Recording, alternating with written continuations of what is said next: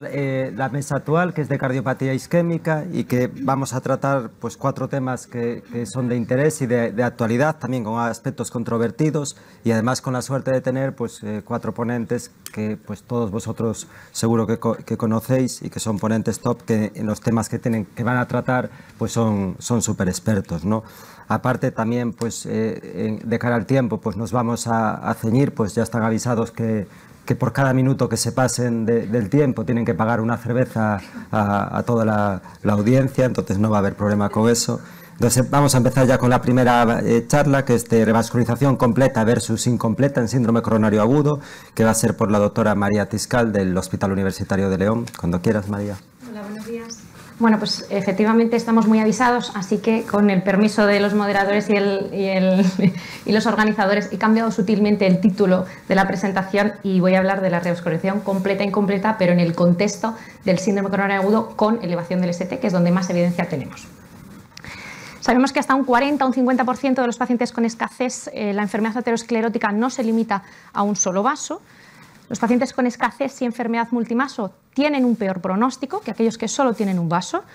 La resolución del segmento ST o incluso la normalización es peor en estos pacientes. Son pacientes que se mueren más y tienen más incidencia de MACE y en una prevalencia que es proporcional al número de vasos enfermos.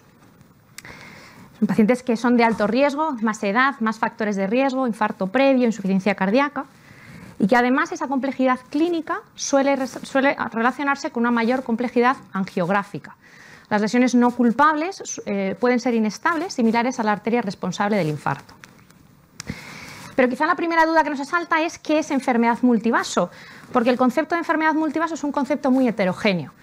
La definición más acertada es que tengas al menos una lesión, una lesión significativa, angiográficamente significativa, en un vaso no culpable. ¿Qué es angiográficamente significativa? Bueno, pues el porcentaje varía en función de los estudios, que luego veremos, entre el 50 y el 70%, en función de, bueno, pues de los diferentes criterios de inclusión que han utilizado. Pero más allá de esto, yo os presento este caso, un señor con un infarto con elevación del ST inferior, una oclusión aguda de la coronaria derecha media y una lesión severa en esa DA proximal media. En este perfil de pacientes, ¿qué hacemos? Revascularizamos derecha y DA, revascularizamos solo la culpable, la derecha, y dejamos la DA de una forma por etapas, escalonada, programada. Revascularizamos solo la derecha y ya veremos la descendente anterior, si da clínica o no. O revascularizamos la derecha y dejamos bueno, pues para una cirugía esa lesión, bueno, en este caso serían otras lesiones, ¿no? A lo largo de esta última década las recomendaciones han cambiado mucho. Cuando yo hice la residencia, que no hace mucho, lo que se recomendaba era revascularizar únicamente la lesión culpable y dejar el resto de lesiones a pacientes que estaban en shock cardiogénico o que tenían angina persistente. A raíz de la publicación de varios estudios, el PRAMI, el CALPRIT, el DANAMI y el COMPARE, estudios pequeñitos que tenían limitaciones, pero que eran estudios randomizados que aleatorizaban a pacientes a enfermedad, a ICP multivaso o arteria responsable del infarto, todos estos mostraron un beneficio a favor de la revascularización multivaso. Y eso hizo que en las guías del 2017 se recomendara una revascularización rutinaria de las lesiones no culpables antes del alta hospitalaria. En realidad la evidencia vino con la publicación del estudio COMPLETE en el 2019. Un estudio grande que aunaba más evidencia que todos los que teníamos hasta entonces y que permitía valorar endpoints duros.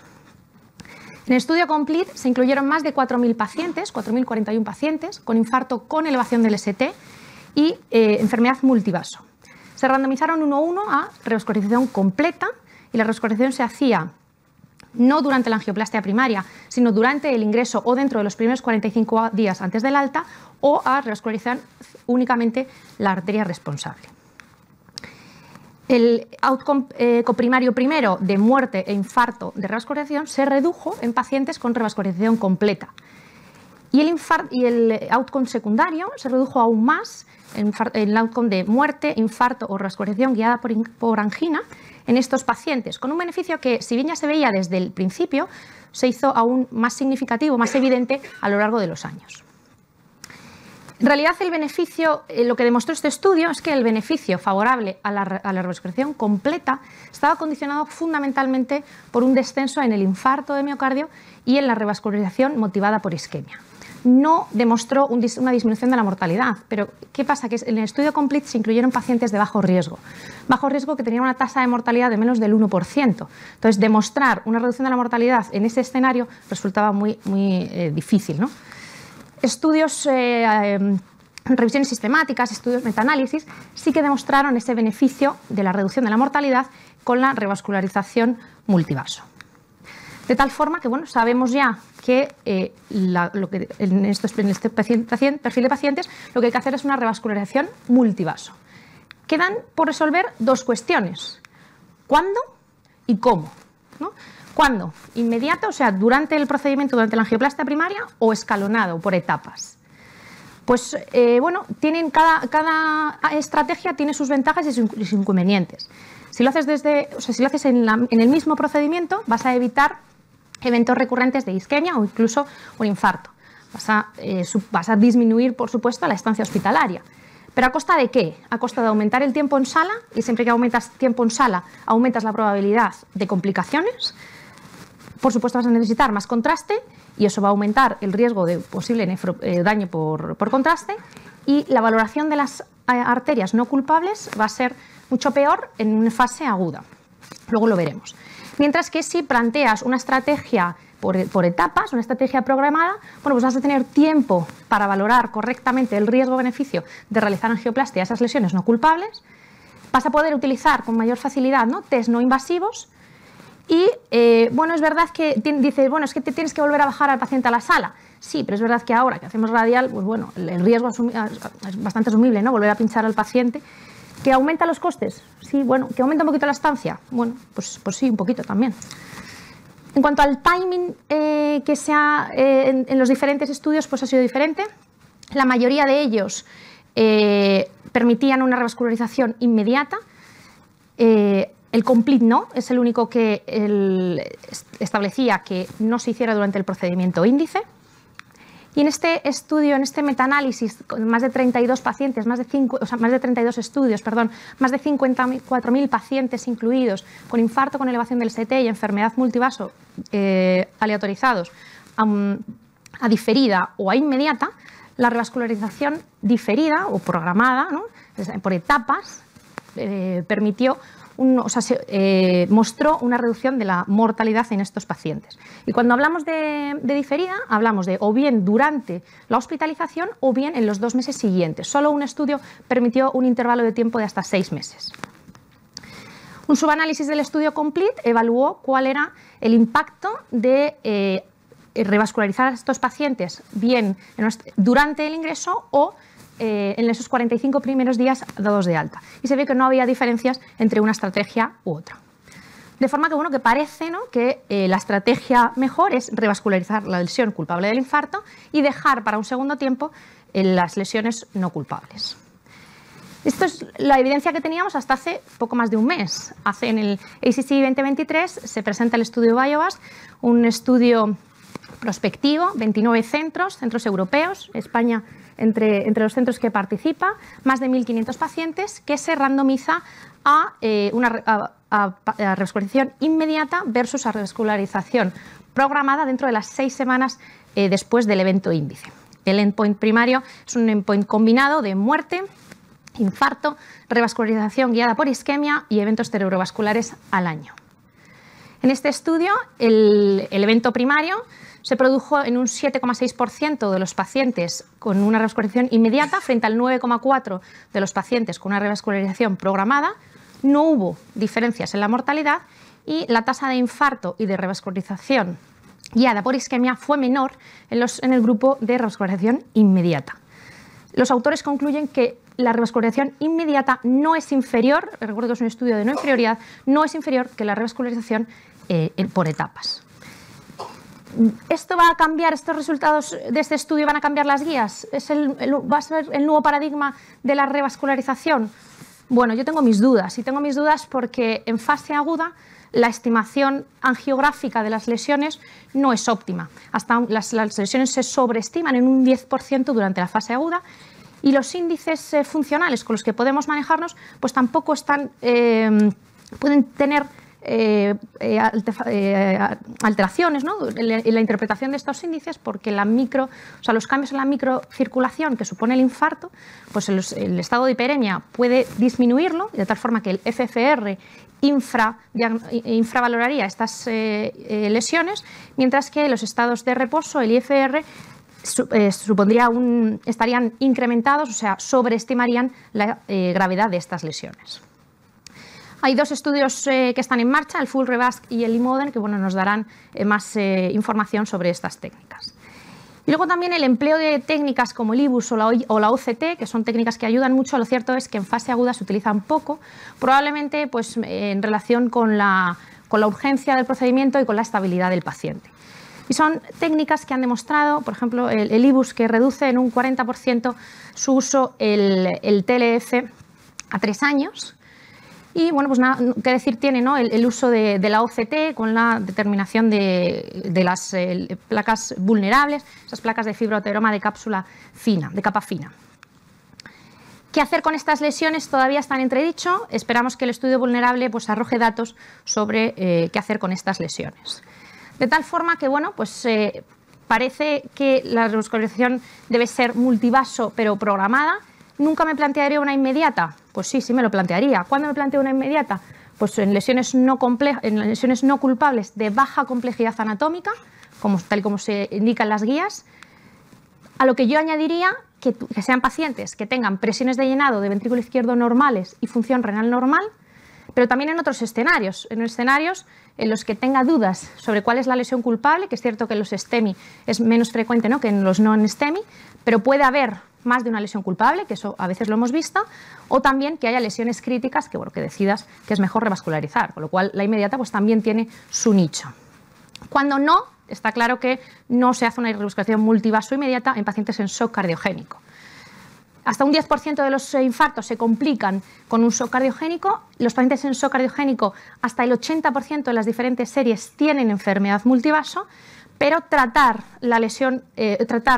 solo la lesión culpable ofrece un beneficio pronóstico tanto en mortalidad como en el endpoint combinado de muerte e insuficiencia renal, fundamentalmente por una reducción de la mortalidad.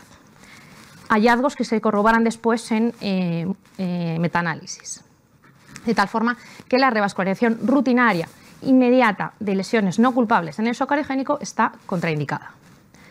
El shock cardiogénico revasculariza solo la lesión culpable y el resto ya veremos, en función también de la clínica, estado neurológico, etc.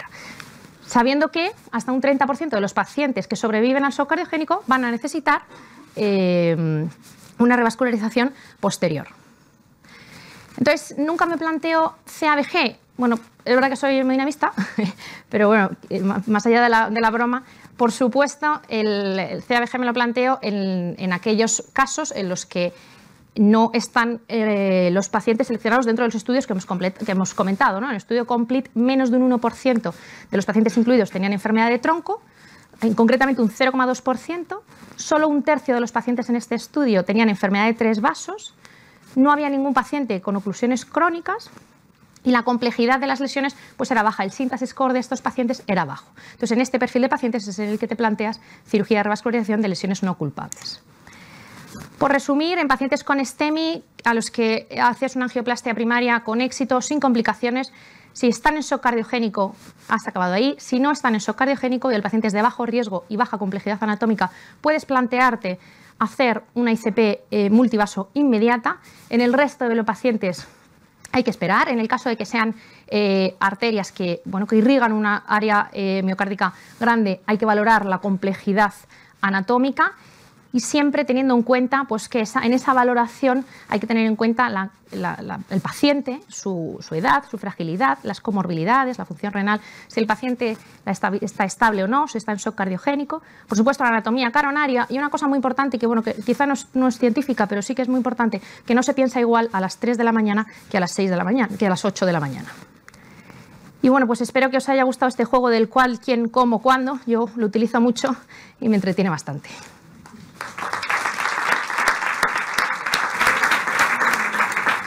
Muchas gracias, María. Si eso, pasamos a la siguiente charla y hacemos las preguntas al final. Entonces, ahora tenemos el lujo de tener a Toni Vallès con nosotros, que nos va a hablar sobre el papel de los ISGLT2 en el remodelado ventricular posinfarto, así que cuando quieras, Tony. Sí, muchas gracias por invitarme, Sergio, y a toda la organización del congreso.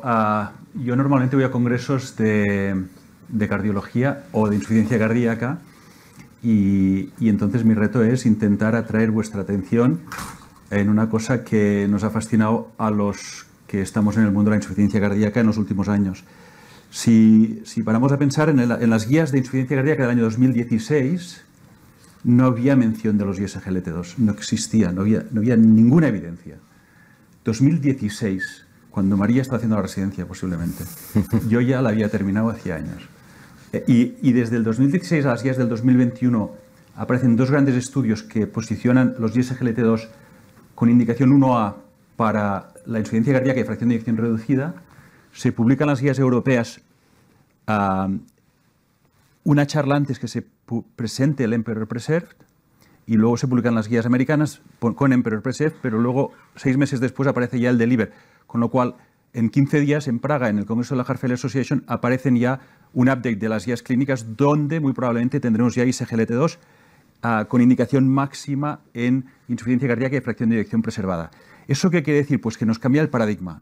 A los que nos dedicamos a insuficiencia cardíaca, de golpe hay un fármaco que cubre todo el espectro de los pacientes con fracción de eyección, independientemente de la fracción de eyección, y eso quiere decir que probablemente ante la sospecha de insuficiencia cardíaca será el primer fármaco que podamos poner antes de tener la eco, porque no necesito una eco para empezar con el fármaco. Dicho esto, ISGLT2 sigue siendo un fármaco que en general utilizamos los cardiólogos que nos dedicamos más a insuficiencia cardíaca. Y el concepto de que sea un fármaco para evitar el remodelado postinfarto cambia el paradigma. Hasta ahora hablábamos de ISGLT2 como fármacos para el miocardio ya remodelado y se estudiaba su efecto potencial como fármaco para favorecer el remodelado reverso, pero no para evitar el remodelado cardíaco, y eso es un poco lo que os voy a contar hoy. Estos son mis conflictos de interés. Vamos a centrarnos en dos de los grandes estudios, que son fundamentalmente los de fracción de eyección deprimida, porque es ahí donde el remodelado ventricular quizás tenga mayor papel. DAPA-HF, lo conocéis muy bien, dapaglifosina en pacientes con insuficiencia cardíaca y fracción de eyección reducida, independientemente de si tienen o no tienen diabetes.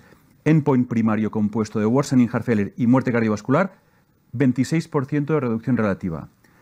Endpoints secundarios, ingreso por insuficiencia cardíaca o muerte cardiovascular, 25%. Eventos de muerte cardiovascular o todos los ingresos por insuficiencia cardíaca, 25%. Calidad de vida, un 18% mejor. Y además endpoints renales muy significativos y endpoints de mortalidad por cualquier causa muy significativos. Si nos trasladamos al grupo farmacológico previo que entró en la insuficiencia cardíaca, que era sacubitril valsartán, ¿os acordáis que decíamos que era el fármaco de la reducción del 20%? Pues aquí estamos ante una reducción todavía mayor y desde mi punto de vista es un fármaco que estabiliza el miocardio porque evita el ingreso por insuficiencia cardíaca. Y esto es muy importante particularmente en el paciente con preservada. Emperor Reduced es muy parecido a Emperor Preserved, a DAPA-HF, pero en este caso es con empaglifosina, también pacientes con insuficiencia cardíaca, fracción de eyección reducida, con o sin diabetes. Endpoint primario, muerte cardiovascular o ingreso por insuficiencia cardíaca, 25% de reducción relativa. Endpoints secundarios, ingreso por insuficiencia cardíaca primera o recurrentes, 30% de reducción. Cambio en la pendiente de la función renal, pues lo que consigue es que una ligera caída inicial para luego estabilizarse y al final del estudio mejora a 1,73 mililitros minuto el filtrado glomerular renal, que es muy importante si tenemos en cuenta que el grupo placebo iba deteriorándose progresivamente. Con lo cual tenemos dos estudios fundamentales que nos dicen estos fármacos paran o enlentecen la progresión de la enfermedad. ¿Y cuál es su mecanismo de acción? Evidentemente el mecanismo de acción será el bloqueo del túbulo proximal de la nefrona, que es de ahí donde viene su nombre, bloqueando el receptor SGLT2 del túbulo proximal, bloqueando de esa manera la reabsorción de glucosa y sodio y provocando natriuresis y glucosuria. Esto está muy bien, pero a mí no me convence. Y yo creo que esto es muy interesante como elemento fundamental para la nefroprotección, pero tiene que haber algo más que impacte sobre el corazón. A mí no me convence que solo este mecanismo pueda ser el responsable de todo el efecto beneficioso que tiene ISGLT2. Y allí se han empezado ya a estudiar mecanismos estrictamente vinculados con el corazón.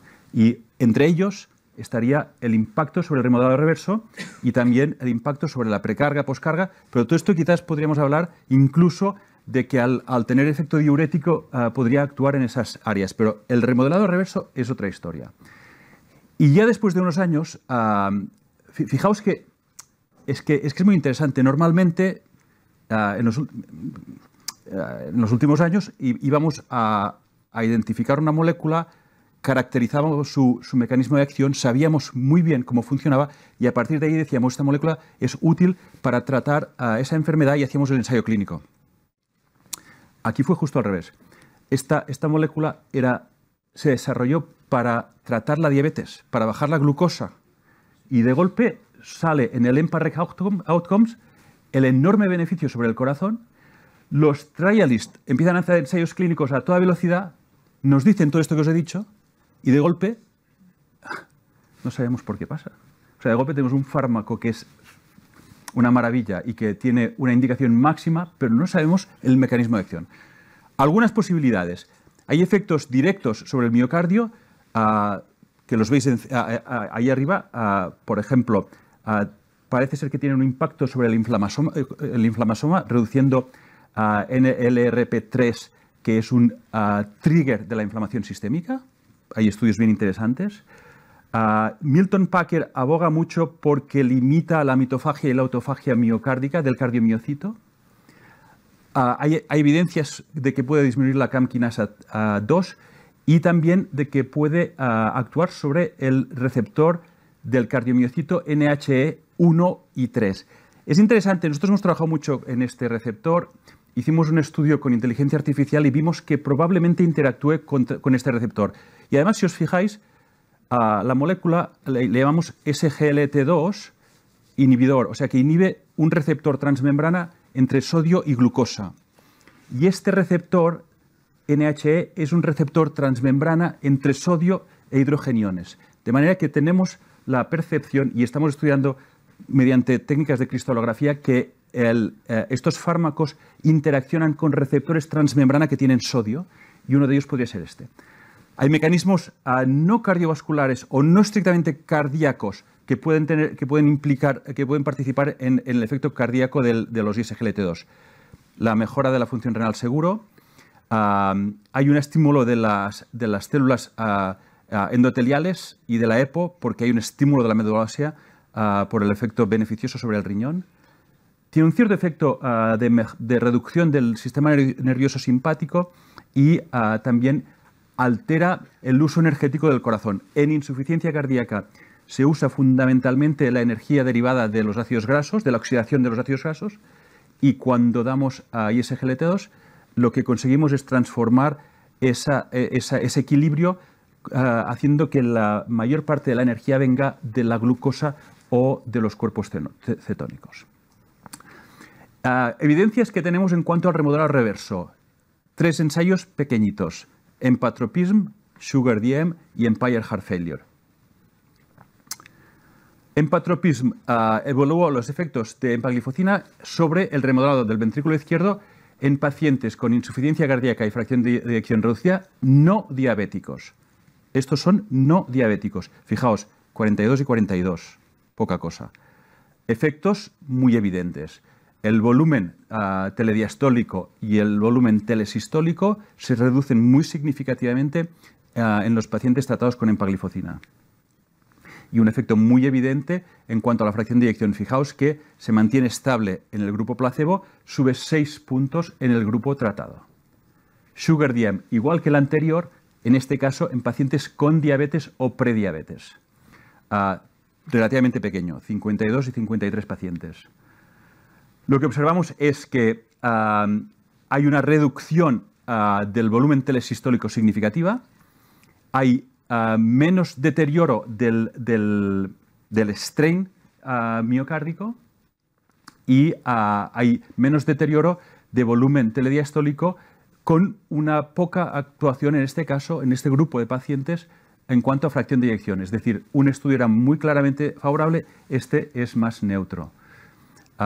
Y el EMPIRE es otro estudio que da resultados muy favorables, aunque son estudios pequeñitos, y fijaos que aunque sube la fracción de eyección, sigue siendo no significativo. Con lo cual, hay un cierto debate sobre si el efecto antirremodelado es muy llamativo o no, pero en cualquier caso hay un remodelado reverso con reducción de volúmenes en telesístole y en telediástole.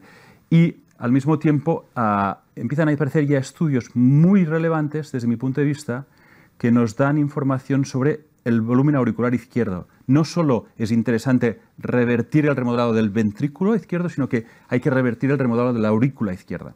En este sentido, os voy a decir que presentamos de aquí 15 días el estudio DAPA-MODA. Es un estudio que hemos hecho multicéntrico español, analizando el efecto de DAPA-glifosina en remodelado ventricular, tanto en fracción de eyección reducida como preservada, con un endpoint primario que era el remodelado de la aurícula, porque la aurícula es un sensor absoluto de las presiones telediastólicas, tanto en la reducida como en la preservada.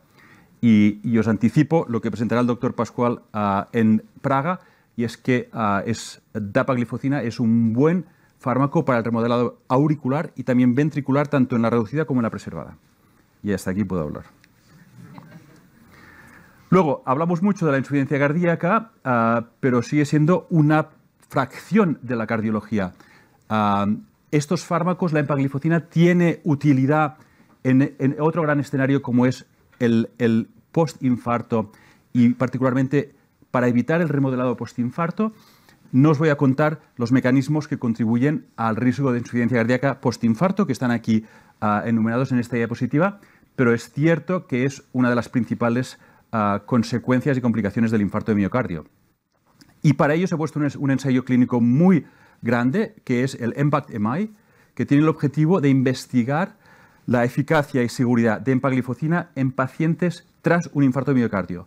Aquí veis que pone 5.000 pacientes, pero son finalmente 6.000 pacientes. 6.000 pacientes con un infarto con y sin elevación del ST. Es un estudio que se ha hecho la inclusión de pacientes a gran velocidad y es altamente probable que se puedan presentar resultados en noviembre en la American Heart Association. La dosis de siempre, 10 miligramos de empagliflozina versus placebo.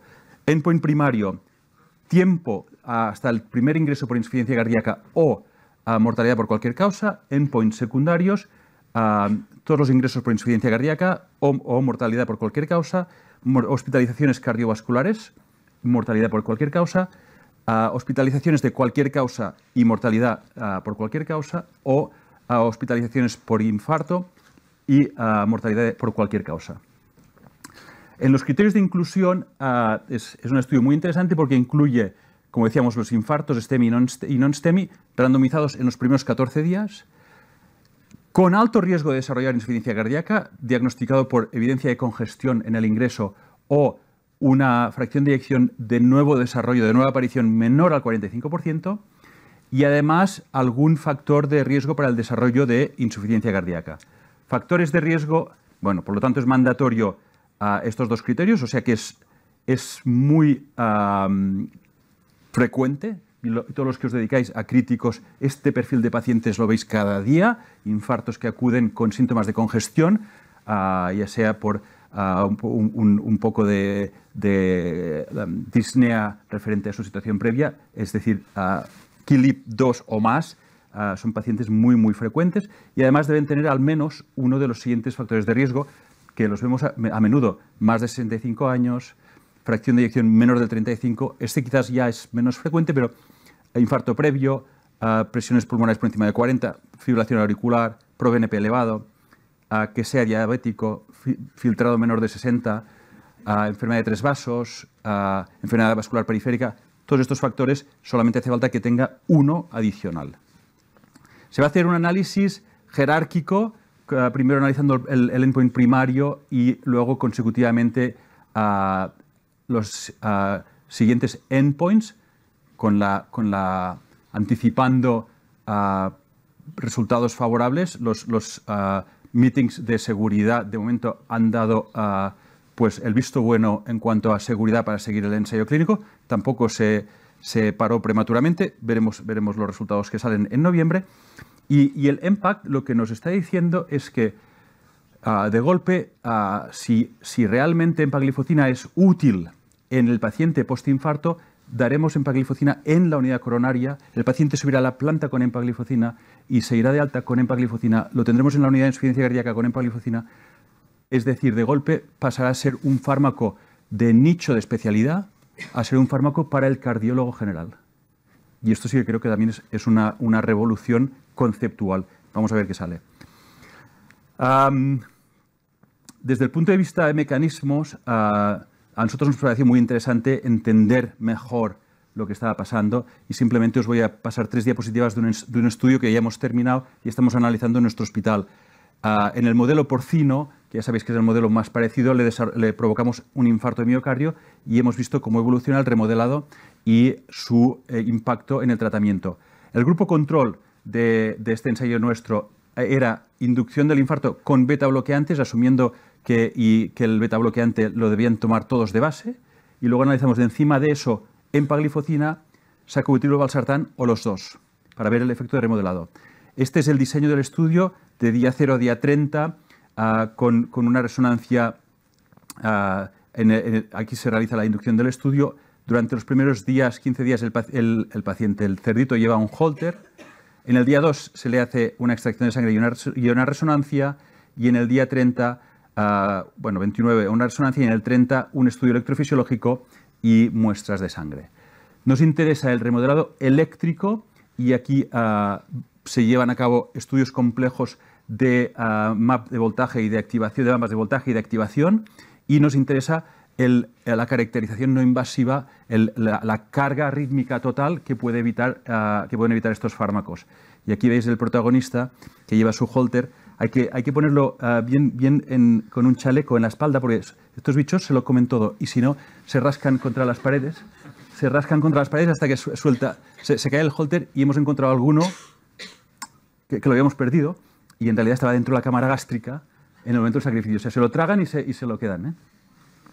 Bueno, en este caso ya terminamos y están bien.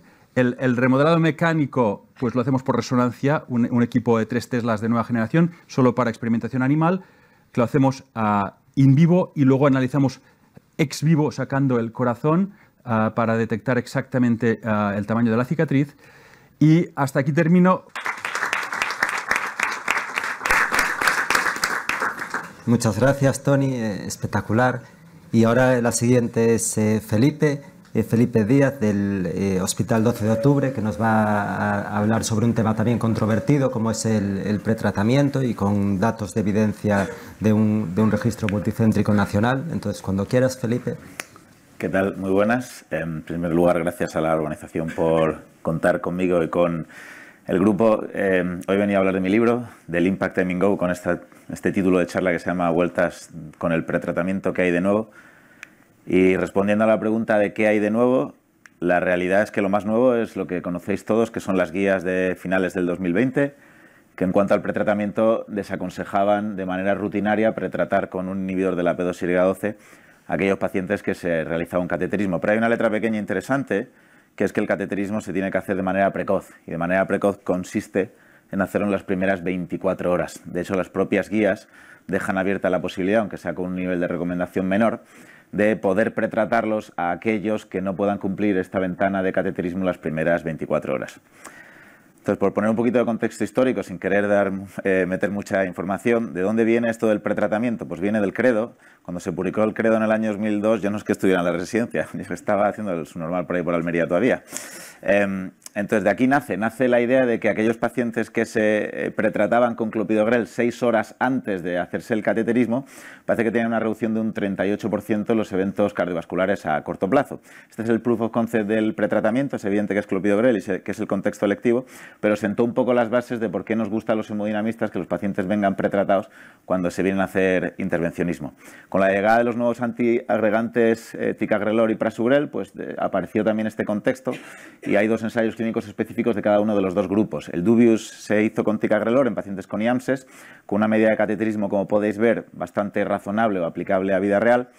El Lacoste se hizo con prasugrel, más pacientes, con una medida de cateterismo muy precoz de 4 horas y con demasiada, desde mi punto de vista, vía femoral. Los resultados son los siguientes. Con ticagrelor, en el combinado de eventos clínicos y hemorrágicos que se hizo a la vez, no hubo un beneficio de pretratar a los pacientes, tampoco hubo un daño, pero es cierto que no hubo un beneficio. Y con respecto a prasugrel, pues la realidad, esto sí, ¿de qué manera? ¿Qué botón es el que...? El de arriba. El de arriba. Vale, muy bien. Y con prasugrel, pues es verdad que en eventos cardiovasculares las curvas prácticamente eran planas y solapables, pero sí que había un peaje en términos de sangrados mayores, tanto quirúrgicos como no quirúrgicos. De esta manera, la realidad es que, bueno, tenemos ya evidencia disponible. El grueso de la recomendación vigente de guías de práctica clínica nace del ISA-REACT 5, que se publicó hace 4 años ya en el New England, que comparó 2 estrategias. Comparó TICA frente a prasu, pero también comparó el pretratar, que es la estrategia del pivotal de TICA, frente a no pretratar, que digamos que era la estrategia de la Lacoste del prasugrel.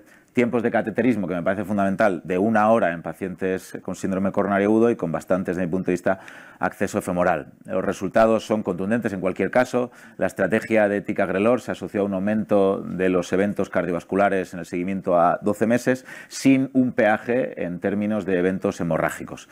Entonces, bueno, este es el contexto actual y la realidad, o al menos desde mi punto de vista, me parece que la recomendación vigente de guías de práctica clínica de no pretratar, pues en el fondo lo que consiste es una especie como de triunvirato de 3 recomendaciones. Es decir, parece razonable no pretratar siempre que se pueda cumplir que el cateterismo se haga en las primeras 24 horas, que tiene un nivel máximo de recomendación 1A, y en este contexto, cateterismo precoz y no pretratando, parece razonable que elijamos prasugrel por encima de ticagrelor.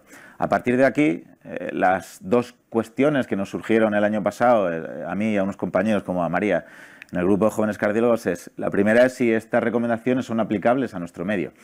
Si nosotros podemos, desde el punto de vista logístico, establecer un cateterismo rutinario precoz en las primeras 24 horas de ingreso a todos los síndromes coronarios agudos. Y la segunda es, si no somos capaces de hacerlo, ¿qué ocurre con esos pacientes que se quedan 2, 3, 4 y 5 días en espera del cateterismo si no están doblemente antiagregados? A partir de aquí surgió la duda, surgió la pregunta. Hemos venido a hablar de esto, que es el registro Impact Timing Go, que es un registro que pusimos en marcha el año pasado en 23 centros españoles, en el que básicamente lo que incluimos fueron pacientes con síndrome coronario agudo sin elevación del ST, en los que se evidenciaba enfermedad coronaria causal. El objetivo primario es meramente descriptivo, básicamente es qué se hace en nuestro medio, cuál es la foto, cumplimos o no las guías, con un objetivo secundario exploratorio de ver si en vida real alguna de las posibles estrategias tiene algún impacto pronóstico.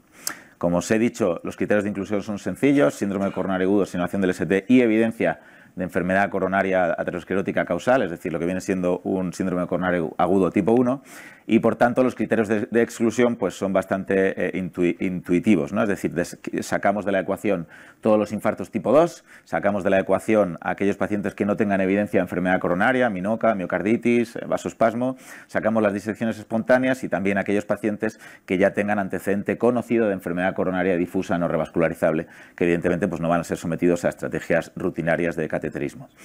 Durante 2 meses, que únicamente fue el periodo de inclusión del año pasado, en estos 23 centros incluimos 1000 pacientes con una edad media habitual y nosotros establecimos las 4 estrategias dependiendo de si el cateterismo se hacía pronto o tarde, si los pacientes se pretrataban o no.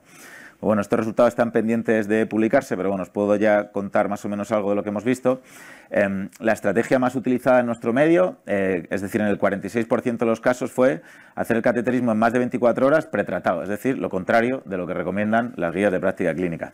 La segunda más frecuente, en el 24%, fue hacerlo pronto pero pretratados, que tampoco es lo que recomiendan las guías de práctica clínica. Y eso lo que nos dice es que únicamente 3 de cada 10 pacientes no se pretrataban tal y como recomiendan las guías. De hecho, si somos estrictos en la indicación, únicamente un 16,5% de los pacientes hacía un cateterismo precoz en 24 horas sin pretratamiento. Parece un seguimiento, en cualquier caso, bastante bajo. Y no es porque los pacientes fueran de bajo riesgo. 9 prácticamente de cada 10 pacientes tenían indicación de cateterismo precoz, de acuerdo a las guías de práctica clínica, sobre todo por elevación dicotómica de troponina ultrasensible, que da para otra charla, digamos, la aplicabilidad que tiene el valor bajo del percentil 99 de esta ultrasensibilidad que disponemos. Pero la realidad es que 9 de cada 10 pacientes tenían indicación de cateterismo precoz. En cuanto al pretratamiento, el más utilizado era ticagrelor, pero creo, al menos desde mi punto de vista, no sé qué os parecerá, nos hemos llevado una sorpresa en que todavía en nuestro medio se sigue usando mucho clopidogrel como parte del pretratamiento. Habrá pacientes anticoagulados, habrá pacientes mayores, pero 46% nos parece bastante. Entonces empezamos la casa por el tejado y la pregunta es, ¿tiene algún impacto pretratar o no pretratar a los pacientes? Esto es lo que hemos visto en nuestro estudio. La curva azul son los pacientes que no están pretratados y desde un punto de vista estadísticamente significativo tienen más mortalidad y más combinado de mortalidad e infarto agudo de miocardio. Esto hay que cogerlo con pinzas porque los eventos son muy bajitos en la cohorte. La mortalidad global es del 0,9%. Y los infartos del 0,6%, es decir, que estamos hablando de pocos eventos sujetos a muchas limitaciones. No hay un impacto en los sangrados, hay una diferencia numérica pero no estadísticamente significativa, y en el combinado global de complicaciones durante el ingreso, pues prácticamente las gráficas son solapables.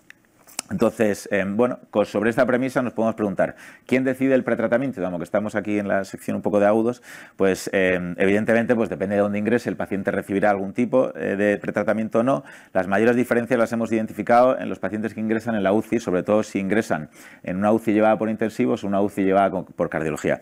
No es que sean unos porcentajes como para aplaudirnos, pero los pacientes que ingresan en UCI de intensivos vienen pretratados prácticamente todos. Los pacientes que ingresan en UCI de cardiología, este porcentaje baja. Sigue siendo alto el porcentaje de pretratamiento del 70%, pero parece un poco que si esto es una evolución progresiva, que poco a poco iremos incluyendo, o sea, pretratando menos, es evidente que cardiología se adapta un poquito antes a las recomendaciones de guías de práctica clínica. ¿Y qué perfil tienen estos pacientes? Pues si os fijáis, los pacientes que se pretratan, aquellos que vienen con clopio y con tica a la sala, son pacientes que tienen un riesgo isquémico mayor prevalencia de dolor torácico de reposo, mayor prevalencia de ascenso transitorio del ST, más infarto, por tanto, más indicación de cateterismo, y de hecho los pacientes vienen ya bastante mejor pretratados, es decir, vienen con su triple terapia de doble antiagregación y anticoagulación más frecuentemente. ¿Y cuándo se les hace el cateterismo? Pues es evidente que aquellos pacientes que no se pretratan se tiende a ser un poquito más diligente a la hora de llevar al paciente a la sala de hemodinámica, se nos presiona un poquito más. Entonces, el porcentaje de cateterismo en las primeras 24 horas, en los que no se pretratan, es del 45 frente al 34. Esto es evidente que es una diferencia, pero me sigue pareciendo que el 50% de los pacientes que no se pretratan no se hace el cateterismo en las primeras 24 horas. Es decir, que hay muchos pacientes, más de la mitad, que esperan varios días al cateterismo únicamente en tratamiento con ácido acetil salicílico con dosis de carga. ¿Y por qué es posible que tengan, y digo posible, peor pronóstico intrahospitalario? Bueno, pues preguntándonoslo, analizando, la realidad es que no hemos encontrado diferencias ni en la prevalencia de tronco, de oclusiones, el perfil de las arterias, la presencia de insuficiencia cardíaca, la FEBI o el porcentaje de arterias cerradas, factores que uno podría explicar que se asociaran a un peor pronóstico. Sí que hemos visto diferencias en la prevalencia de enfermedad coronaria. Los pacientes, fijaos, que no se pretratan tienen más prevalencia de enfermedad de 3 vasos que aquellos que se pretratan. Es decir, uno podría pensar que el clínico que ve al paciente, en cierta manera, adapta un poco, o al menos en cierta manera, el pretratamiento al perfil del paciente. Aquel paciente que eleva troponinas, que tiene ascenso transitorio, que tiene cambios eléctricos, que él cree que va a tener enfermedad de un vaso para poner un stent directamente, pues dice, bueno, pues yo a este paciente probablemente lo que le voy a hacer es poner ticagrelor ya antes de entrar en sala. Y aquel paciente que, bueno, que a lo mejor cree que no va a tener una lesión tan crítica o tan suboclusiva o trombótica, pues entonces no lo pretrata tanto. Un componente de esto es posible que haya.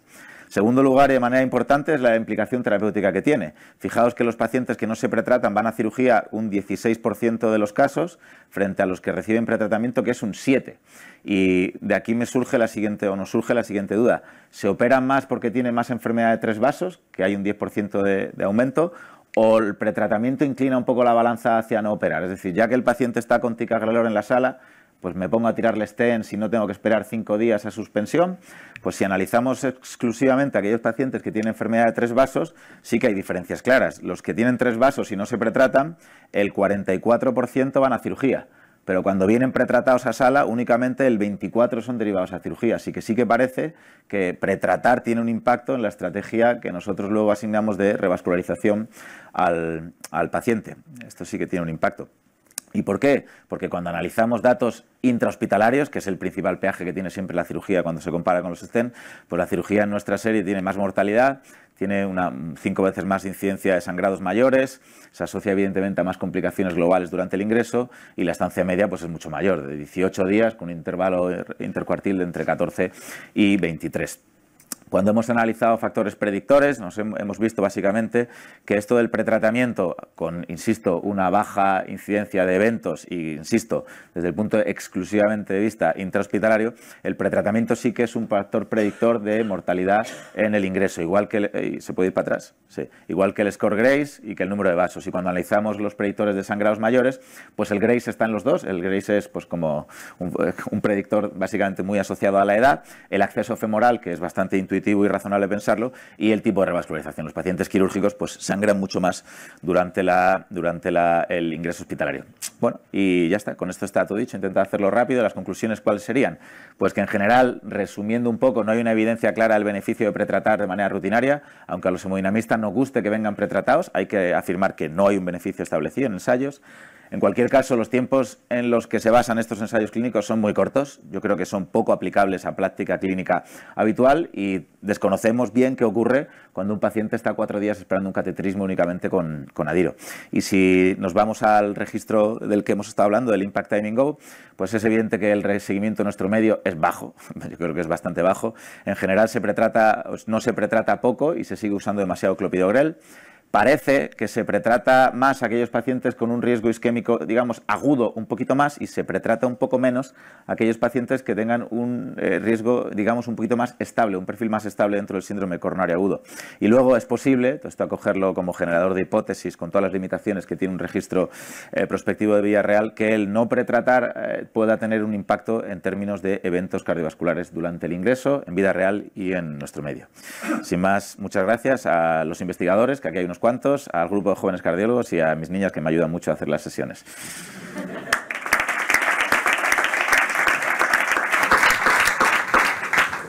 Muchas gracias, Felipe. Enhorabuena también por el trabajo que hicisteis y que estáis haciendo. Y ya pasamos a la última charla de esta sesión, que es sobre novedades en la terapia hipolipemiante en prevención secundaria. Y también tenemos la suerte de tener con nosotros a Miriam Sandín, del Hospital General de Alicante. Cuando quieras, Miriam. Bueno, pues yo, hola a todos. En primer lugar, me sumo a los agradecimientos al comité organizador.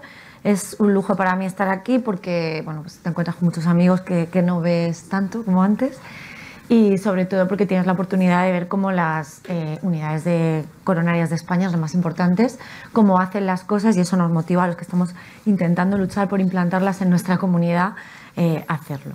Me ha tocado hablar del manejo hipolipemiante de los pacientes con síndrome coronario agudo, nuevas oportunidades, y como ahora veréis, pues hay muchas. Venimos de... Estos son los ensayos que había hasta hace poquito. En términos de fármacos hipolipemiantes teníamos un escenario muy, muy diferente al que teníamos en fármacos para la insuficiencia cardíaca o para la diabetes. Prácticamente todos los ensayos que están en verde y que son antiguos están realizados con estatinas, con todas las estatinas que tenemos en el mercado, hasta que finalmente en el año 2015 se publicó el IMPROVE, que es el primer ensayo así importante que tenemos con una combinación de estatina y ezetimibe, y luego pues también poquito después, 2017-2018, aparecieron el Fourier y el Odyssey Outcomes, que son los principales estudios que tenemos con los PCSK9, y estos, junto con el IMPROVE, motivaron el cambio que hubo en las guías que ahora comentaremos. Pero este escenario va a cambiar muchísimo. De hecho, yo creo que ahora le toca el turno a los hipolipemiantes. Los antidiabéticos seguirán demostrando beneficio, pero yo creo que el turno es ahora para los hipolipemiantes, y como ahora veréis, entran muchísimos más en el mercado. Este es el mecanismo de acción de, como he dicho, los 3 que teníamos hasta ahora, ¿no? Sabéis que las estatinas lo que hacen es que inhiben una enzima, la coacetil reductasa, que está dentro del hepatocito y que hacía un paso necesario, o que era necesaria, esa activación para que hubiera receptores. El mecanismo de los lípidos, cuando uno se lo estudia, es realmente complicado y no nos suele gustar mucho. Entonces, no hace falta sabérselo, solo hace falta saber que para que no haya mucho LDL en sangre, que no haya mucho LDL circulante, lo que tiene que haber son muchos receptores en el hepatocito, porque la función fundamental de estos receptores es captar ese LDL, interiorizarlo dentro de la célula y destruirlo. Entonces, si de alguna manera evitamos que no haya receptores en la superficie, lo que estamos haciendo es limitando esa degradación y esa eliminación, ese lavado de colesterol. Lo que tenemos que hacer a toda costa, o lo que han intentado hacer, porque los mecanismos de acción que teníamos hasta ahora, que siempre hemos tenido, ha sido intentar que hubiese más expresión de receptores de LDL en la superficie celular. Y lo que hacían las estatinas era destrozar o destruir una enzima que impedía que hubiese expresión de los receptores. Lo que hace el ácido bempedoico, que es uno de los fármacos que ya no podemos hablar que sea un fármaco de futuro, es un fármaco real, como ahora veremos en cómo los he clasificado yo para que tengas un poco claro en qué momento estamos, es hacer lo mismo que las estatinas, solo que en un paso previo. Actúa en un paso anterior, pero actúa, digamos, en la misma vía de degradación. Algo así como el inclisiran y los PCSK9. Los PCSK9 lo que hacían es que inhibían otra enzima diferente a las estatinas, pero también lo que hacían era escindir la proteína PCSK9 que impedía que hubiese una expresión de los receptores en el hepatocito celular. El inclisiran lo que hace es actuar en esa misma vía, pero un paso antes, de forma que dos fármacos que entran ahora en el escenario de los lípidos, como son el bempedoico y el inclisiran, vienen a actuar en la vía de las estatinas y en la vía de los PCSK9 respectivamente, pero en un paso previo. Pero es que esto se complica mucho más, porque van a empezar a aparecer, por lo menos van a empezar a aparecer ensayos en fase 2 y algunos en fase 3 con pocos pacientes de otros mecanismos moleculares mucho más complicados y que no solo atacan a la vía del LDL. ¿Por qué? Porque tenemos que intentar cambiar el paradigma que teníamos hasta ahora de la teoría de LDL céntrica, donde lo que había que hacer era bajar el LDL para intentar no solo reducir el LDL, sino también otras moléculas que se han visto que tienen muchísimo impacto o que tienen muchísima relación lineal con la posibilidad de desarrollar enfermedad cardiovascular, como es la ApoB o la lipoproteína A. Ese es el resumen de los últimos 10 años de los fármacos que teníamos y de los ensayos que teníamos con evidencia. Como veis, hasta prácticamente el año 2020 no teníamos más que estatinas, PCSK9 y ezetimiba. En el año 2019 se publica el Reducit, que es un fármaco que actúa de forma diferente y que su mecanismo principal de acción no es el de reducir el LDL, pero en el presente y en el futuro próximo van a publicarse una serie de estudios muy variados con inclisiran, con bempedoico, esos los tenemos ya, pero con PCSK9 orales. Hay un estudio publicado ya en fase 2 con el MK0616 y está en ensayo en fase 3, y hay uno ya en fase 3 que ya tiene nombre, que es el Lerodeldicep, pero todavía no sabemos los beneficios. Pero estos son PCSK9 orales, que van a modificar un poco el escenario que teníamos hasta ahora. Y luego tenemos muchos pendientes, más estudios con inclisiran, sobre todo el de resultados cardiovasculares, que se espera para diciembre de 2026, y fármacos de otras vías de actuación que ahora comentaremos. Los tratamientos clásicos que teníamos hasta ahora, estos no los voy a explicar porque todos lo sabéis, las estatinas, las ezetimiba y el PCSK9. Los tratamientos novedosos que están ya y que están esperando financiación y que es probable, bueno, condiciones de financiación, y que es probable que se sepan, si no este mes, el mes que viene, que son el ácido bempedoico, el icosapento de etilo y el inclisiran, que son los tres en los que me voy a centrar porque son los que están ya y los que tenemos que ver en qué momento o cuál es el paciente ideal o cómo los debemos posicionar. Y luego los del futuro, que como veis son muchísimos. Los emergentes, los más avanzados son los oligonucleótidos antisentido, que son los que están dirigidos a reducir la lipoproteína A, los inhibidores de la CEP, que han fracasado todos, excepto uno, que no sabemos cuál es el resultado, y muchos más que están en fase muchísimo más en investigación. Sabéis que los grandes estudios han demostrado que hay una reducción, hay una asociación lineal en la reducción de eventos cardiovasculares con la reducción del LDL, que es lineal, que no tiene forma de U como otros factores de riesgo cardiovascular que sí hemos visto, como por ejemplo la hipertensión o el alcohol.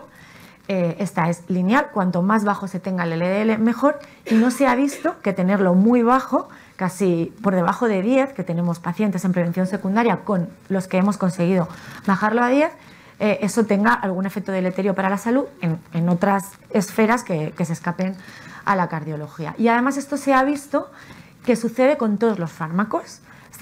Parece que teníamos asumido que esto era así con las estatinas, pero no sabíamos qué era lo que pasaba si bajábamos el LDL cuanto más mejor con el ezetimibe o con los PCSK9. Pues parece que también el beneficio se mantiene y que es igual bajar el LDL con estatinas que con ezetimibe, que con PCSK9, que con lo que lo bajemos. Hay que bajarlo y ya está, porque cuando más lo bajemos, mejor. Y que reducciones de solo 1 milimol en sangre, que vienen a ser 37 o 38 miligramos de decilitro, que es lo que utilizamos en la mayoría de laboratorios españoles, tienen un descenso en el riesgo cardiovascular global de en torno al 20%, depende de las series que uno lo mire, son el 21 o el 22, pero en torno al 20%.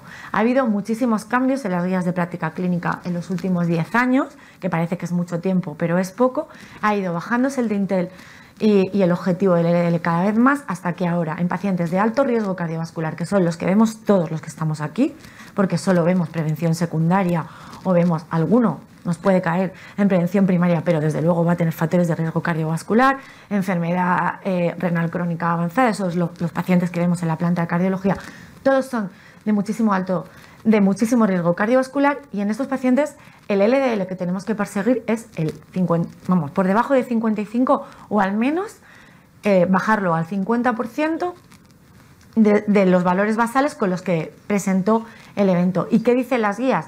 Dicen que tenemos que intentar esto con evidencia 1A con estatinas, y si no se consigue, asociando ezetimibe. Y si esto no se consigue, hay que, en prevención secundaria, habría que asociar un PCSK9, aunque luego tenemos la limitación del IPT del Ministerio, que no llegas al objetivo de 55, pero como no estés por debajo de 100, por lo menos en mi comunidad, no se puede prescribir, ¿no? O no se puede prescribir, no hay financiación. Pero las guías dicen esto: ezetimibe, asociar asociar ezetimibe, y si no lo consigues, PCSK9. No dicen en cuánto tiempo, pero parece, cuando uno se lee el texto, que es razonable conseguirlo entre 4 y 8 semanas, dependiendo de lo rápido que pueda hacerse. Sabemos que en el mejor de los escenarios, que es cuando podemos poner las tres cosas, que es la línea de abajo, conseguiremos una reducción del LDL del 85%. Pero eso lo decían las guías del 2019, que son las últimas que tenemos de lípido, y no tendremos otras hasta el 2024, que creo que va a pasar lo que pasó con las de insuficiencia cardíaca o con las de diabetes, que enseguida se quedarán obsoletas, porque van a salir justo en medio de la publicación de los grandes ensayos que van a cambiar nuestra práctica clínica. Las del 2021 de prevención dicen que hay que conseguir los objetivos terapéuticos en prevención secundaria en 2 pasos, y esto puede tener sentido en prevención primaria, pero en prevención secundaria no tiene ningún sentido. Hay que intentar conseguir los objetivos que nos marquemos de hipertensión, de diabetes y de colesterol cuanto antes mejor. No tiene ningún sentido hacer esta estrategia, primero porque perdemos tiempo, y segundo porque hemos visto que cuando se hace en 2 pasos tampoco lo hacemos bien. Si os fijáis en la gráfica de arriba, cuando vemos al paciente en la primera consulta, cuando el paciente se va de alta, solamente un 80% se va con la estrategia adecuada, de tratamiento adecuado. Pero es que cuando lo vemos en la primera consulta, con la estrategia adecuada y con los objetivos de LDL conseguidos, pero es que cuando lo vemos en la primera consulta, tan solo el 59%, tan solo le cambiamos los fármacos al 59% de los que no han conseguido la estrategia. Es decir, los vemos a la consulta, vemos que el LDL está por encima de 55, pero no hacemos nada, lo dejamos igual. Y solo le damos cita para una segunda visita al 68%. Es cierto, o sea, si no lo hacemos bien, haciéndolo en 2 pasos, y además estamos perdiendo el tiempo, vamos a hacerlo desde el principio. Y he traído este algoritmo, que es el que salió publicado no hace muchos meses, por los cardiólogos que tenemos. Bueno, no, hay cardiólogos y hay internistas, con los lipidólogos que tenemos más importantes a nivel europeo, donde ellos proponen directamente una terapia combinada ya desde el momento del alta en pacientes de alto riesgo. Pero es que los pacientes que tengan un riesgo extremo, que puede ser aquel paciente joven que ha tenido 2 eventos coronarios en un año, o el que tenga además de un evento coronario hipercolesterolemia familiar asociada, podemos o debemos iniciar la terapia triple ya desde el momento del alta. Pero lo realmente interesante no es el algoritmo que sí, sino el cuadrito pequeño que lo he traído en grande, porque dice que la terapia triple tiene que ser, ya no tiene que ser solo con estatinas, ezetimibe y PCSK9. Tiene que ser con estatinas o con ácido bempedoico si el paciente no tolera las estatinas o no queremos poner estatinas, porque no vamos a limitar, como ahora veremos, el tratamiento del bempedoico solo a los pacientes intolerantes.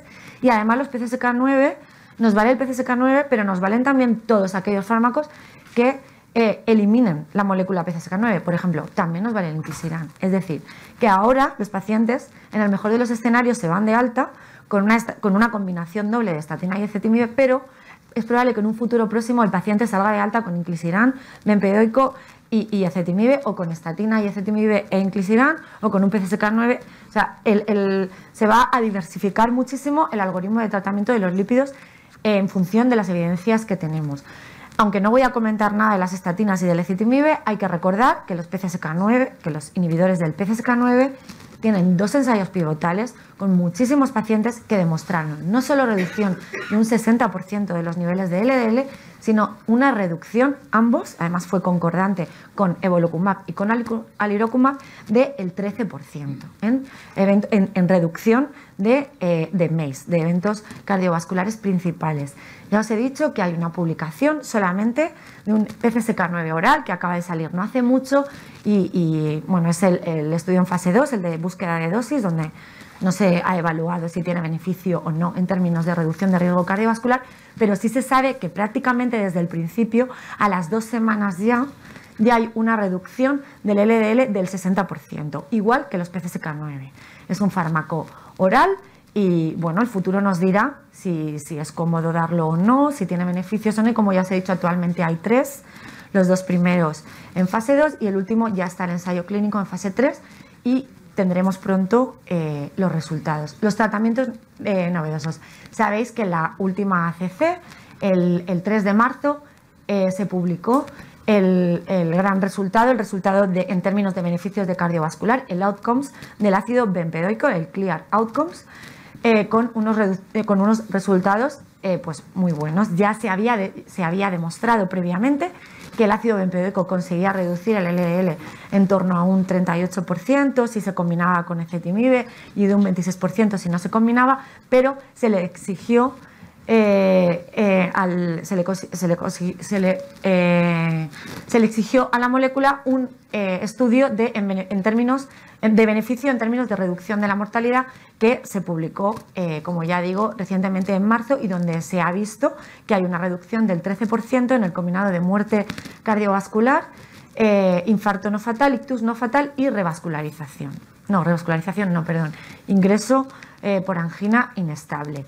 Cuando se analizan por separado, ha demostrado una reducción en términos de mortalidad en cada uno de ellos, excepto en el de mortalidad cardiovascular y en el del ictus no fatal, pero sí hay una reducción de eventos de infartos, de revascularización y ya he dicho que en el combinado de los 4 ítems que he dicho y de los 3 ítems, excluyendo el de revascularización coronaria. Pero no tenemos que quedarnos ahí. ¿Por qué? Porque si las propias guías nos dicen que para estimar el riesgo cardiovascular, el riesgo lipídico cardiovascular de un paciente, no solo debemos medir el LDL, debemos medir otras moléculas que habitualmente no se miden de rutina en los laboratorios de la mayoría de hospitales de España y que hay que medir hay que pedirlo aparte, ¿no? Y establecen, además, que si los triglicéridos están por encima de 200, hay que iniciar tratamiento en un primer escalón con estatinas. Y esto igual también cambia.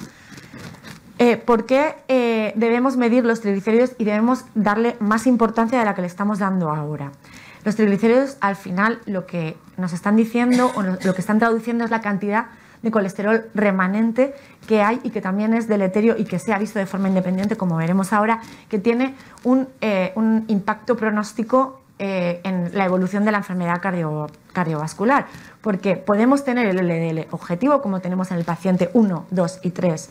70 es 70 porque esta gráfica está hecha antes del 2019, cuando el objetivo era 70. Lo que pasa es que es muy gráfica y la he traído por eso, porque para los mismos valores de LDL vemos que los mismos valores de LDL, pero con diferente valor de triglicéridos, no tenemos la misma cantidad de molécula ApoB, que es la que penetra en el endotelio y produce daño vascular en todos los pacientes. Vemos que si los triglicéridos son más altos, aun con un LDL normal, el riesgo cardiovascular es mayor. Y se ha visto que además, de forma independiente, los triglicéridos también tienen un riesgo en términos de producir más infarto de miocardio, cardiopatía isquémica, accidente cerebrovascular y mortalidad por cualquier causa. Pero es que este es un registro, la gráfica de la derecha es un registro en personas sanas, sin enfermedad cardiovascular establecida. Son unas gráficas sacadas del estudio PESA, que sabéis que es un estudio que se está realizando en España con población en prevención primaria, y se ha visto que en pacientes sanos tienen placas de ateroma en distintos territorios, se hace con una resonancia en distintos territorios, y esto se relaciona más con los niveles de LDL que con los niveles de triglicéridos. Esto tiene que ser porque hay un riesgo residual que se escapa más allá al del LDL y donde entran a jugar otras partículas. Pues la PCR, ¿no?, con la inflamación, y los triglicéridos, que es lo que nos atañe aquí. Y luego este es un estudio publicado en la población danesa, que sabéis que tiene un amplio registro poblacional, donde parece ser que los pacientes con un LDL no tan bien controlado tampoco tienen tanta mayor mortalidad en infartos coronarios como aquellos pacientes que con un LDL bajo siguen teniendo la ApoB y los triglicéridos elevados. Esto es muy interesante. O sea, los pacientes con LDL optimizado se nos siguen infartando y siguen teniendo mayor mortalidad cardiovascular y morbilidad. Tienen pues placas de ateroma en otros territorios y probablemente se relacione con los niveles elevados de triglicéridos y ApoB, y en concreto este estudio con los dos, pero más con el ApoB.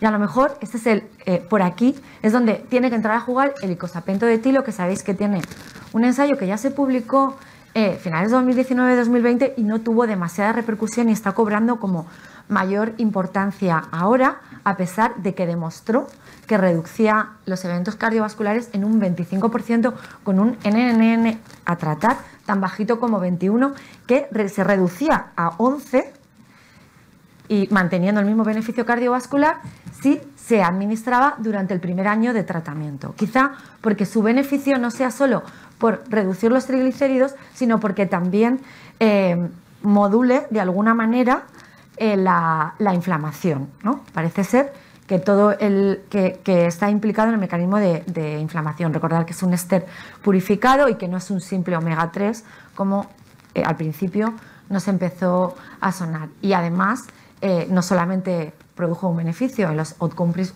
primarios, que fue un combinado de 5 ítems, de, como siempre, mortalidad cardiovascular, infarto, ictus, no fatal, revascularización y angina inestable, sino también en los secundarios, donde se midieron otras moléculas en las que no voy a entrar porque, como ya he dicho, hay muchísimos. Este es el inclisiran, que es el fármaco que actúa al mismo nivel que las PCSK9, pero un paso anterior.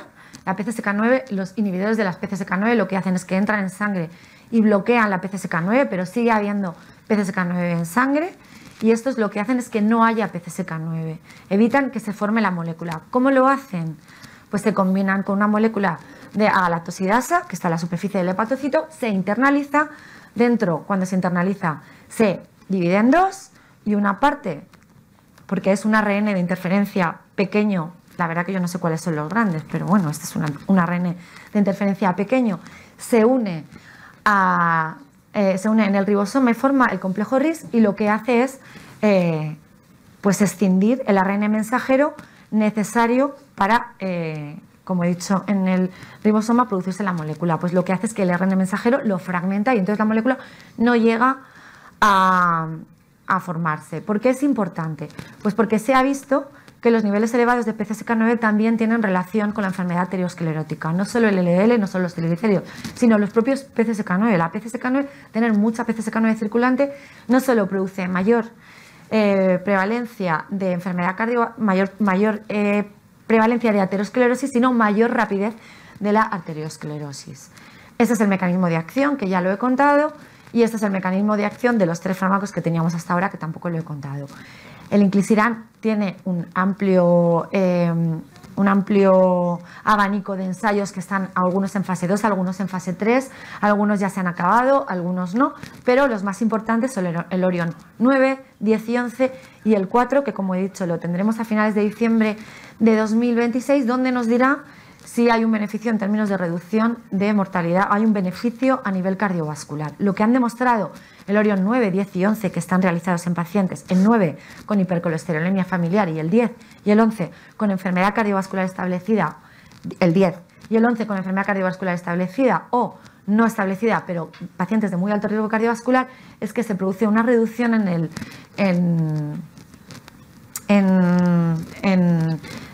LDL del 50%. Y no solo en el LDL, sino también el colesterol total se reduce, los PCSK9 se reducen, el colesterol no HDL se reduce, la ApoB se reduce y aumenta un pelín, pero un pelín y no es significativo, los niveles de HDL. Y parece que el beneficio es un poquito mayor en los intolerantes a las estatinas, con lo cual, pues una posible recomendación del inclisiran sería aquellos familiares que no alcanzan objetivos terapéuticos con estatinas y ezetimibe o con bempedoico y ezetimibe o aquellos pacientes que son intolerantes a las estatinas o que pues no alcanzamos. Y ya para acabar, esta es otra vez, he puesto aquí los tratamientos emergentes que se esperan en el futuro. Yo creo que estos van a empezar a salir entre el 2024 y el 2030 probablemente, y algunos incluso no se llegan a publicar porque no saldrán bien, esto ya sabemos que históricamente ha pasado, pero yo creo que próximamente se van a publicar 2 fármacos que van a salir contra la lipoproteína A, que sabéis que es la molécula de moda, tiene una estructura muy parecida al LDL, pero no es igual que el LDL, y tiene efectos más allá del aterogénico, ¿no? Tiene efectos también inflamatorios y tiene efectos procoagulantes. La prevalencia de la lipoproteína A en el mundo es altísima, 1,4 billones, se estima que 1,4 billones de personas en el mundo la tienen, es mayor en Asia y en África que en Europa, pero en lo que fundamentalmente radica nuestro interés es en el que también se asocia a mayor progresión de la enfermedad arteriosclerótica, como se demuestran en estas gráficas, donde independientemente de que se controle el LDL con estatinas, sigue habiendo progresión de la enfermedad en aquellos pacientes que presentan un LDL por encima de 50 y, sobre todo, a pesar de que está implicada en un amplio abanico de enfermedad cardiovascular, tiene muchísima importancia en los pacientes que tienen estenosis aórtica calcificada, es donde parece que centra su mayor efecto deleterio. Este es un subensayo que se hizo del Fourier, que se realizó con evolocumab, donde se observó el evolocumab es capaz de reducir la PCSK9 en un 30%, la lipoproteína en un 30%, y se observó que en ese tipo de pacientes la progresión de progresar la estenosis aórtica y de progresar hacia la TAVI era algo menor en los pacientes que estaban tratados con evolocumab que los que no. Y para acabar, estas 2 diapositivas, las nuevas terapias que hay contra la lipoproteína A, oligonucleótidos antisentido, inhibición del ARN de transferencia, muy parecido a lo que hace el inclisiran. El pelacarsen es un oligonucleótido sin sentido que entra dentro del hepatocito y se combina y no deja que se exprese el ARN mensajero, que produce una reducción de la lipoproteína A del 80%. Esta gráfica corresponde al ensayo que tiene el pelacarsen en fase 2 y actualmente está en ensayo el Horizon en fase 3, que se espera su publicación no dentro de mucho tiempo. Va a abarcar aproximadamente unos 8.000 pacientes y veremos si reducir la lipoproteína A de verdad consigue reducir la enfermedad arterial periférica, la insuficiencia cardíaca, el infarto agudo coronario y la progresión de la estenosis aórtica calcificada, que parece la gran pandemia ahora del siglo XX en la mayoría de los servicios de cardiología. Ayer lo hablábamos todos, que la cantidad de TAVIs que se está haciendo en general en toda España. El olpasiran es el otro fármaco que va a salir al mercado contra la lipoproteína A, que es un ensayo clínico cuyo ensayo clínico está en fase 2. Estamos ahora en la búsqueda de dosis y parece ser que es, salvo la dosis más bajita, que es la de 10 miligramos, todas las dosis son igual de eficientes, baja la lipoproteína casi en un 98%. O sea que si de verdad sirviera para algo, luego hay un beneficio de verdad cardiovascular, yo creo que sí que se va a revolucionar mucho el tratamiento o el pronóstico de nuestros pacientes, y parece que la dosis elegida es la de 75 miligramos, porque las reducciones pues son muy parecidas. Como ya he dicho, reduce la lipoproteína, además de que reduce otras cosas. Los inhibidores del CEP han salido mal, todos. Torcetrapib produjo un aumento del riesgo de eventos cardiovasculares y mortalidad. Van dirigidos contra una molécula también en el mecanismo de degradación de las HDL, que sabéis que es el colesterol bueno en el hepatocito, y lo que hace es que si se evita que se destruya el HDL, conseguimos dos cosas: tener más HDL en sangre y además tener menos LDL, porque cuando se escinde el HDL, ese colesterol sobrante pasa a moléculas de pequeña densidad. El dalcetrapib y el evacetrapib han demostrado que no tienen falta de eficacia. El anacetrapib se llegó a publicar, fue un England del 2017, pero los beneficios no fueron significativos, y el obicetrapib es el ensayo clínico que tenemos ahora, pero está en fase 2, está en búsqueda de dosis. Es un algoritmo muy complicado, con 9 dosis, de 1 miligramo, de 2,5, de 5, de 10, combinado con estatina. Se compara con placebo y con estatinas en monoterapia, y donde se ha demostrado que la mejor dosis o la mejor estrategia es la de combinar atorvastatina de 20 con orbicetrapib de 10 miligramos, porque produce una reducción del LDL de en torno a un 68% y un aumento del HDL de en torno a un 155%. Es en fase 2 y en fase 3 en el 2026. Y muchas gracias a todos por vuestra atención. Me pasa un poco, pero había mucho. Muchas gracias, Miriam. Tenemos 10 minutos para preguntas. No sé si hay alguna pregunta en la audiencia. Marcelo.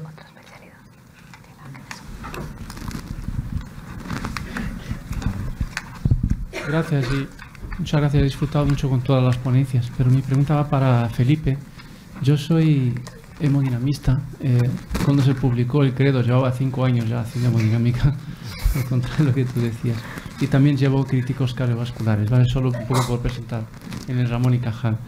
Entonces, ¿no te parece, Felipe, que el mensaje del registro que has presentado es que no estamos haciendo las cosas bien en síndrome coronario agudo y debemos hacer un cateterismo más precoz, en menos, si posible, de 24 horas, y puede ser menos de 12, en los pacientes con elevación de troponina o cambios del ST? O sea, que porque parece que en tu diapositiva de mensajes no me quedó claro que ese era el mensaje principal, y al menos es mi opinión.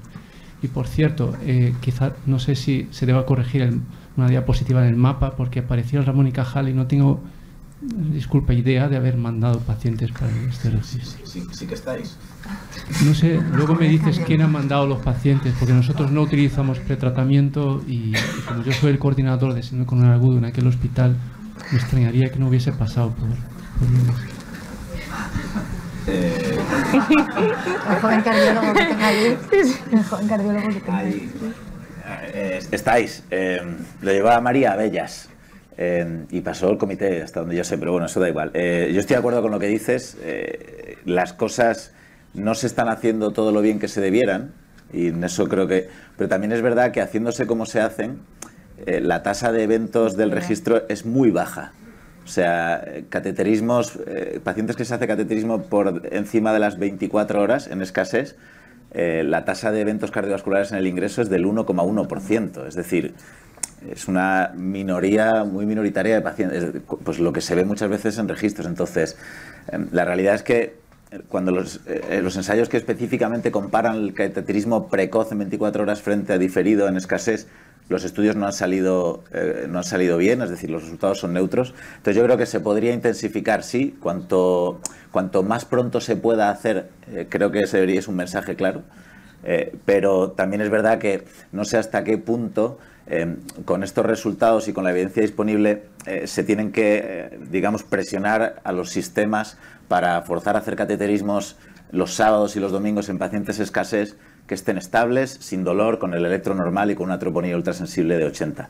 Yo ahí tengo más dudas de la obligatoriedad de hacerlo precozmente, pero que se pueden hacer las cosas mejor, 100% de acuerdo, 100% de acuerdo. Estaba Antonia, que levantara la mano, y luego Cosme.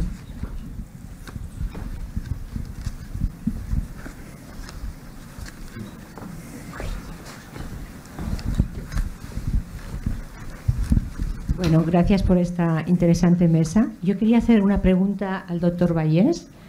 ¿Crees que los inhibidores del STG2 llegará un momento que formarán parte del pretratamiento en el infarto agudo con elevación del ST, dado que inhiben la autofagia y aparte tiene un efecto muy antiinflamatorio? Bueno, yo creo que su uso está creciendo mucho. Los endocrinólogos y en primaria se han puesto las pilas y creo que la mayoría de pacientes con diabetes, al menos hasta que yo sé en Cataluña, están haciendo ya el cambio incorporando ISGLT2. Por lo tanto, van a llegar muchos pacientes ya con el fármaco puesto.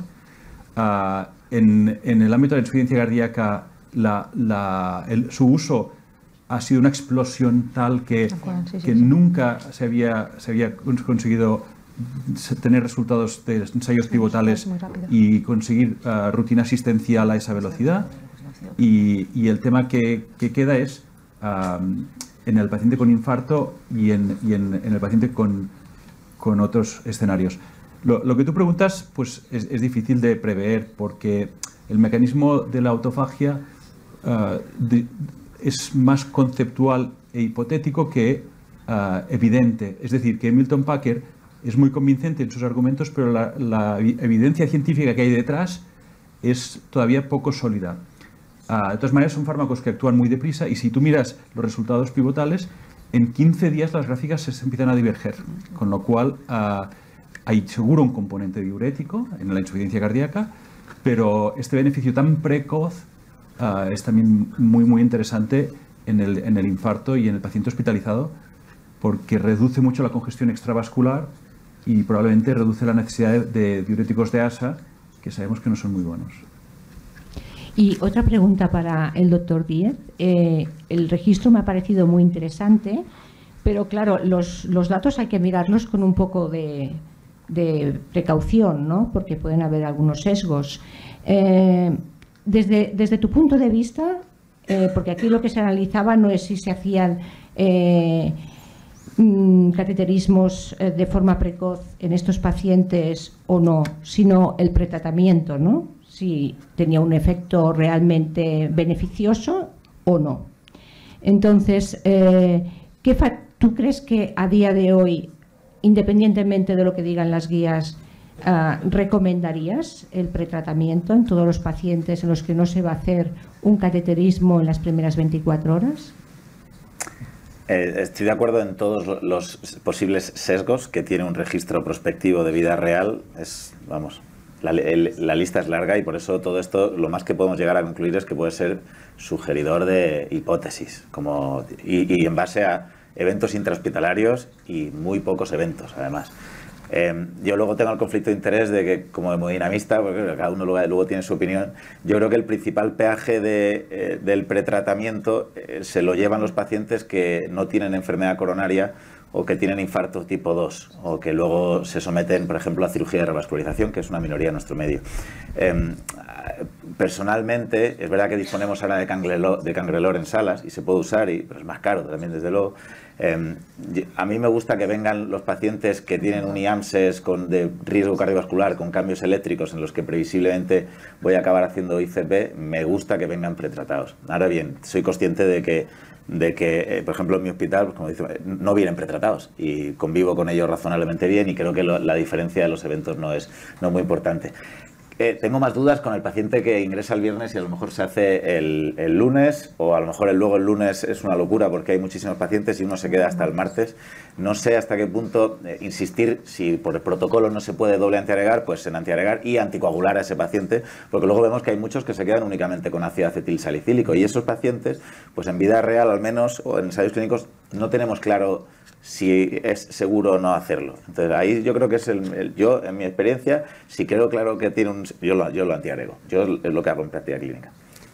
Tenemos dos preguntas, así se podéis contestar rápido. Estaba primero Cosme. Gracias por las 4 charlas, pero yo sigo dándole vueltas al pretratamiento y la verdad que insista en el tema. Es que estamos basándonos en unas recomendaciones de un estudio, que es el ISA-REACT 5, el mayor, el cual el cateterismo cardíaco, como has mencionado tú anteriormente, se hizo en la primera hora. En una hora. En una hora. Eso no pasa, no son 24 horas, es la primera hora. 60% son vía femoral. En España esto es 90, muchos por ciento vía radial. Y aparte que el beneficio del fármaco del pretratamiento se le evitó al hacer cateterismo de forma precoz. Y no olvidemos que el 20% de los pacientes de ambos ramas se fueron de alta con un tratamiento diferente al aleatorizado. Cuando se analizó realmente el tratamiento que llevaba el paciente de alta, esas diferencias desaparecieron. Pienso que no solo yo creo que puede ser importante el pretratamiento, sino que también puede ser importante en algunos casos no realizar el cateterismo de forma tan precoz. ¿Por qué? Porque en ocasiones no se tiene información, aparecen hemorragias, o sea que el hecho de hacer tratamiento precoz en aquellos pacientes de muy alto riesgo, seguro, en algunos lo hacemos en las primeras 3, 4, 5 horas, pero en algunos otros, y en vida real, pacientes de edad avanzada, insuficiencia renal, te enteras de la hemoglobina pues un poco más tarde, que hizo un sangrado previo y el señor o la señora mayor pues no se acordaban. Esto no creo que sea una mala cosa diferirlo, 24 horas. Hay algunos pacientes que solo tienen un poco de alta la troponina y sin cambios eléctricos. Por tanto, a mí no me sorprende lo que ha subido el estudio. Nosotros hemos analizado nuestro centro y casi el 90% de los pacientes van con tratamiento previo, con pretratamiento. Eso sí, desde que se las guías hasta ahora hemos avanzado y hemos hecho hacemos más precozmente el cateterismo en las primeras 24 horas, pero no en la primera hora, que es lo que me dice el ISA-REACT 5, pero que eso hemos de tenerlo muy en cuenta. Yo creo que las conclusiones no podemos desligarlas del diseño del estudio, que tiene unas peculiaridades que en vida real a veces son complicadas de trasladar, 100%. Había otro comentario, otra pregunta de Alejandro Sionís, arriba. No voy a hacer más comentarios sobre el pretratamiento,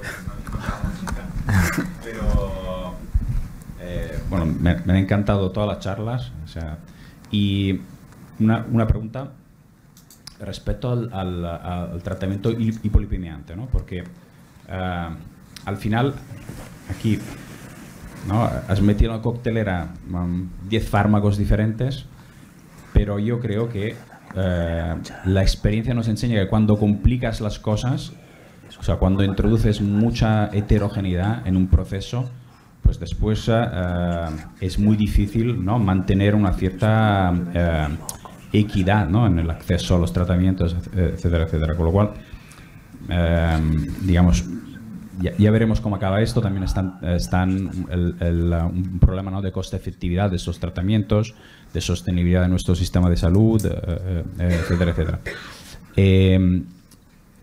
Y una cosa muy interesante es después analizar lo que está haciendo cada uno en su hospital, ¿no? Entonces, yo no sé cuánta gente aquí ya está haciendo tratamiento combinado de entrada en todos los síndromes coronarios agudos. Es una cosa que me interesaría saber, combinada, ¿no? te refieres, bueno, gracias. Tratamiento de entrada con estatina de alta intensidad y ezetimibe en todos los pacientes con síndrome coronario agudo. Pues casi todos, yo creo que ya, ¿no? Mira las manos. No, casi todos no. Bueno, nosotros sí, pero yo creo que a lo mejor depende. Por ahí hay que empezar, vamos, claro. Y después ya las están yendo cosas. Yo creo que depende, bueno, las diferentes comunidades autónomas, sabéis que tenemos diferentes criterios de financiación, los IPTD son diferentes y también tenemos diferentes, a veces, algoritmos locales. Yo trabajo en Alicante, soy de la Comunidad Valenciana, y ahí sí tenemos un algoritmo de la propia sociedad, aparte de los que seguimos las guías europeas, por supuesto, y nos basamos en eso, pero tenemos algoritmos en pacientes, en escenarios concretos, ¿no? En pacientes diabéticos hicimos uno, hicimos otro en síndrome coronario agudo que se hizo hace unos años, que lo hizo Alberto Cordero, fue uno de los firmantes principales, y se postulaba esto, ¿no? Que la terapia combinada, ya me he liado con la doble agregación tuya, de pretrata. La doble terapia combinada al alta, y lo hacemos. Es cierto que no se hace en todos los pacientes. ¿Lo hago sí o sí? No. ¿Lo haces sí o sí? dependiendo de muchas cosas. Depende de si ese paciente estaba, cuando viene por el infarto, tenía una estatina ya o no, si la tenía, qué estatina y a qué dosis tenía, y sobre todo el LDL basal. A lo mejor si no tenía una estatina y tiene un LDL basal de 80, pues nosotros, aunque es cierto que deberíamos de ponerle la terapia combinada, no lo hacemos. Pero si el paciente viene con una simvastatina de 40 o con una atorvastatina de 20, que sabemos que, no, que en prevención primaria sí tiene su escenario, pero en secundaria no, y encima tiene un LDL de 120, pues entonces sí, directamente sí. Y nosotros sí hacemos la terapia triple combinada en algunos fármacos, o sea, en algunos casos muy puntuales. Paciente joven, segundo evento y tal, pero hay que bajar al comité. Pero si hemos visto algún paciente que viene con un evento coronario, con un LDL de 135, ya tenía la terapia combinada y en ese directamente se le ha prescrito el PCSK9. Casos muy contados. Es cierto que la coctelera había muchísimos fármacos, pero cada uno son para una cosa. Y primero tenemos que aclarar, o primero se tienen que aclarar las guías, primero en estratificar qué es lo que hay que medir. Ahora estamos midiendo el LDL y yo creo que en las del 2024 eso va a cambiar. Dirán que el HDL y entonces es cuando cambiará el algoritmo. Si seguimos con el LDL, seguiremos igual. Eso sí, mientras sigamos solo centrando el objetivo terapéutico en el LDL, pues seguirá todo igual. Pero si ampliamos, y además tenemos que tener en cuenta la ApoB en general, el colesterol remanente y la ApoA, entonces entrarán más fármacos a jugar y no será fácil, pero yo ya viví cuando esto pasó con los ISGLT2 y los GLP-1 y parecía, nos echábamos las manos a la cabeza como el paciente se va de alta con un ISGLT2 y un GLP-1, un paciente diabético, pues sí, se va de alta con metformina, ISGLT2, GLP-1 y a veces con otras cosas, o sea que nos tendremos que adaptar, pero no va a ser fácil, eso está claro. Y tenía Chema la mano levantada de antes, ya el último comentario que me está riñendo Pablo.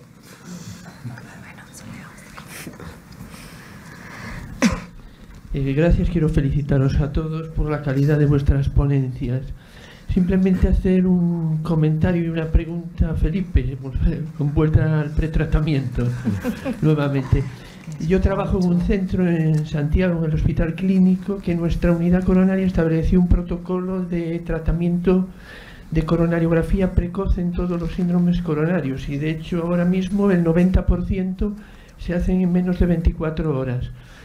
Yo quería preguntarte a ti, después del estudio que has realizado, ¿cuál es el mayor hándicap que encuentras para establecer una red asistencial a este tipo de pacientes y poder atenderlos en las primeras 24 horas?